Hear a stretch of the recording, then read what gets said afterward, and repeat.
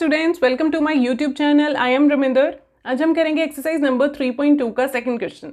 On comparing the ratios a1/a2, b1/b2 and c1/c2, find out whether the lines representing the following pairs of linear equations intersect at a point are parallel or coincident। हमें कुछ pair of linear equations given हैं, वो जो lines को represent करती हैं वो lines के बारे में हमें पता करना है कि वो इंटरसेक्टिंग हैं या पैरेलल हैं या कोइंसिडेंट हैं। तो पहले मैं आपको एक फ्लो चार्ट करा देती हूँ जहाँ से आपको क्लियर हो जाएगा कि ये कैसे आपको पता करना है कि इंटरसेक्टिंग लाइंस हैं, पैरेलल हैं या कोइंसिडेंट हैं। और साथ में आपका थर्ड क्वेश्चन भी कवर हो जाएगा उससे। कंसिस्टेंट और इनकंसिस्टेंट की बात हुई है उसमें, तो मैं जो फ्लो चार्ट कराऊंगी उसमें आपको वो भी क्लियर हो जाएगा कंसिस्टेंट और इनकंसिस्टेंट क्या है। So go to our flow chart first.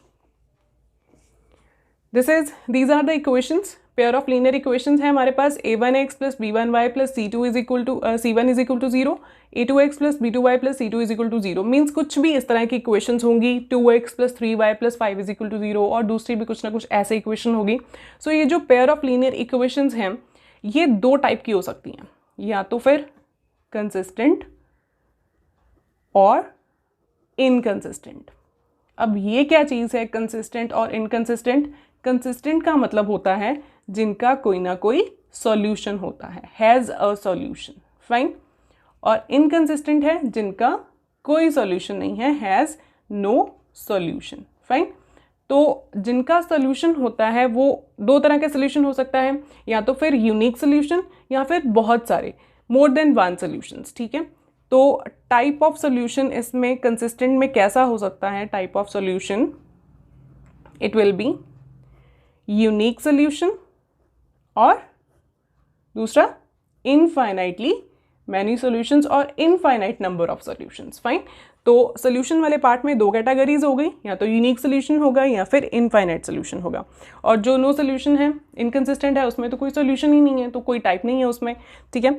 अब ये जो यूनिक सॉल्यूशन है इसकी लाइन कैसी बनेगी? टाइप ऑफ लाइन क्या आएगी इसमें? यूनिक सॉल्यूशन में आएंगी intersecting lines, fine. Unique solution means एक ही सोल्यूशन है तो एक पॉइंट पे इंटरसेक्ट हो जाएंगी वो जो हमें जो लाइंस गिवन है, ठीक है, ग्राफ के ऊपर एक पॉइंट पे वो इंटरसेक्ट करती हुई नजर आएंगी। और जो इनफाइनाइटली मैनी सोल्यूशंस वाली कैटेगरी है कंसिस्टेंट की, उसमें लाइन कैसी बनती है? कोइंसिडेंट। कोइंसिडेंट मतलब एक लाइन के ऊपर ही दूसरी लाइन भी बन जाती है इसकी, ठीक है, एक ही लाइन के ऊपर दूसरी लाइन भी। ये जो दो इक्वेशंस हैं ये दोनों एक ही लाइन के ऊपर बन जाएंगी, फाइन। सो इंटरसेक्टिंग में क्या था? एक पॉइंट पे दो लाइंस जो हैं ये इंटरसेक्ट करती हुई नजर आएंगी, और कोइंसिडेंट में एक लाइन के ऊपर ही दूसरी लाइन होगी, ठीक है। ये जो इंटरसेक्टिंग लाइन है ये आपको पता कैसे लगेगा इक्वेशन को देख करके कि वो इंटरसेक्टिंग होगी या नहीं? तो आपको क्या करना है? a1/a2 फाइंड आउट करना है और b1/b2 फाइंड आउट करना है। अगर ये दोनों आपस में इक्वल नहीं आई रेशियोज तो हम बोलेंगे therefore the pair of linear equations represent intersecting lines, fine. तो कोइंसिडेंट में क्या होगा?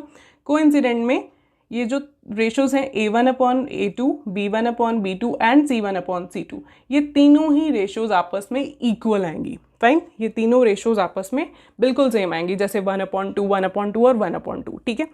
तो इसको एक हम और चीज़ बोलते हैं कोइंसिडेंट लाइन को, डिपेंडेंट सॉल्यूशन और dependent pair of linear equation, ठीक है।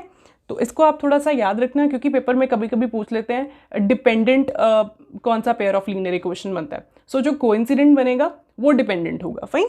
और वैसे भी ये सारा कंसिस्टेंट वाला पार्ट होता ही डिपेंडेंट है, मीन्स इंटरसेक्टिंग लाइन भी डिपेंडेंट की कैटेगरी में आता है, फाइन। सो आगे आता है इंटरसेक्टिंग मीन्स जिसका इनकंसिस्टेंट जिसका नो सोल्यूशन था, मींस इसकी लाइन कैसी बनती है? फिर लाइन बनती है इसकी पैरेलल लाइंस, फाइन। मतलब ये जो दो इक्वेशंस आपको गिवन हैं ये दोनों पैरेलल लाइंस बनाएंगी, ऐसे वाली लाइंस जो आपस में इंटरसेक्ट नहीं करेंगी और कोइंसिडेंट भी नहीं है। तो वो कहाँ से पता लगेगा आपको रेशियोज को कंपेयर करने के बाद? a1/a2, b1/b2 एंड c1/c2, इसमें क्या होगा? फर्स्ट पेयर आपका इक्वल आएगा रेशियोज का, और दूसरा जो है ये इक्वल नहीं आएगा। ये जो पेयर है आपस में ये इक्वल नहीं बनेगा, ये a1/a2 और b1/b2 इक्वल होंगे लेकिन c1/c2 इक्वल नहीं होंगे, फाइन। सो इसके ऊपर बेस करके हम अपना सेकेंड क्वेश्चन करते हैं। सो फर्स्ट पार्ट में जो linear equation, pair of linear equations हैं वो हैं 5x minus 4y plus 8 is equal to 0 and 7x plus 6y minus 9 is equal to 0। अगर इसको कंपेयर करें हम, ये जो हमने अभी अभी लिखी थी equations general, a1x plus b1y plus c1 is equal to 0 and second is a2x plus b2y plus c2 is equal to 0।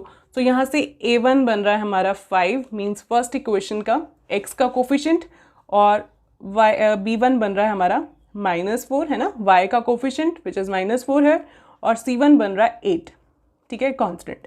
और इसी तरह से a2 है सेकेंड इक्वेशन का x का कोफिशिएंट, देन b2 y का coefficient and c2 constant. Fine, अब क्या करेंगे, a1 upon a2 find out करेंगे, then b1 over b2 and similarly c1 upon c2। ये तीनों रेशोज़ को हम फाइंड आउट कर लेते हैं।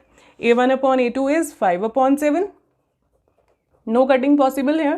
Then b1 upon b2 minus 4 upon 6, cutting है यहाँ पे possible, 2 upon 3 that is -2 upon 3 and c1 upon c2 is 8 upon -9, ठीक है। सो ये तीनों अगर आप रेशोज़ को देखो, 5 upon 7 -2 upon 3 8 upon -9, so these are not equal, तीनों ही इक्वल नहीं आ रही है ना। वैसे तो हम थर्ड इक्वेशन को, थर्ड रेशो को देखते ही नहीं, अगर पहली दो नहीं इक्वल आई तो वहाँ पे हम लिख देते हैं therefore a1 upon a2 is not equal to b1 upon b2, तो not equal to c1 upon c2 लिखने की जरूरत नहीं है, लिख देते हो कोई प्रॉब्लम नहीं है, ठीक है। So these ratios are not equal, तो किस में नहीं थी वो दोनों इक्वल रेशोज, इंटरसेक्टिंग लाइंस में, है ना। दोनों रेशियोज जो फर्स्ट हैं वो फर्स्ट और सेकंड रेशियो वो आपस में इक्वल नहीं है, तो लाइंस कौन सी बनी फिर, इंटरसेक्टिंग लाइन। देयरफॉर हम लिखेंगे the given pair of linear equations represent, कौन सी लाइंस को रिप्रेजेंट कर रही हैं फिर, वो represent intersecting lines, intersecting lines. Fine, अब है इसका सेकंड पार्ट कर लेते हैं, उसमें देखते हैं किस तरह की लाइन बनती है। So second part is 9x plus 3y, 9x plus 3y plus 12 is equal to 0, और 18x plus 6y plus 24 is equal to 0। अगर इसको भी हम a1x plus b1y plus c1 is equal to 0 उनके साथ कंपैरिजन करते हैं, तो हमारा a1 क्या है, x का coefficient that is 9 and b1 y का कोफिशिएंट 3 एंड c1 कांस्टेंट 12, ठीक है। और a2 18, सेकेंड जो इक्वेशन है उसके एक्स वाई के coefficients a2 and b2 is 6 and c2 is constant 24, ठीक है। ये हो गए सारे कोफिशिएंट्स। अब आएगी कंपैरिजन की टर्न, पहले रेशोज फाइंड आउट करते हैं। a1 अपॉन a2 क्या बन रही है, 9 अपॉन 18, कटिंग पॉसिबल है, 9 1 9 9 2 18 दैट इज 1/2, फाइन। देन आगे b1 upon b2 that is 3 upon 6, 3 upon 6 की भी कटिंग पॉसिबल है दैट इज़ 1/2, और देन c1 अपॉन c2 को अगर हम कंपेयर करते हैं तो 12 अपॉन 24, वहाँ पे भी कटिंग पॉसिबल हो रही है, 12 1 12, 12 2 24, सो दिस इज अगेन 1/2। अब ये तीनों रेशोज जो हैं वो इक्वल बन रही हैं ना, 1/2 1/2 and 1/2। Therefore a1 upon a2 is equal to b1 upon b2 is equal to c1 upon c2। तो ये तीनों जो रेशोज हैं वो किस केस में आती थी, इक्वल, ये वाले केस में मीन्स कोइंसिडेंट, मीन्स लाइंस कौन सी बनी है। Therefore the given equations, the given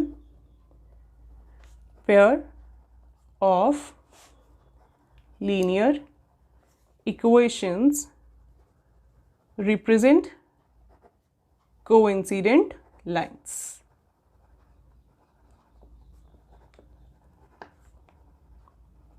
fine, ये हो गया हमारा सेकेंड पार्ट कंप्लीट, जो कोइंसिडेंट लाइंस को रिप्रेजेंट कर रही थी लीनियर इक्वेशंस। अब हम चलते हैं थर्ड पार्ट की तरफ, देखते हैं उसका कौन सा पेयर बन रहा है, कौन सी लाइंस बन रही हैं। So third part is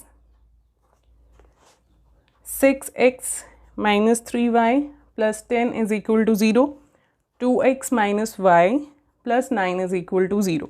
so यहाँ से फिर से जल्दी जल्दी a1 x का coefficient 6, b1 that is y का कोफिशिएंट -3 एंड कांस्टेंट 1 इज 10। फिर से a2 x का कोफिशिएंट सेकेंड इक्वेशन का, और b2 -1 है, y का कोफिशिएंट इज -1 है, ठीक है। तो c2 क्या बन रहा है 9।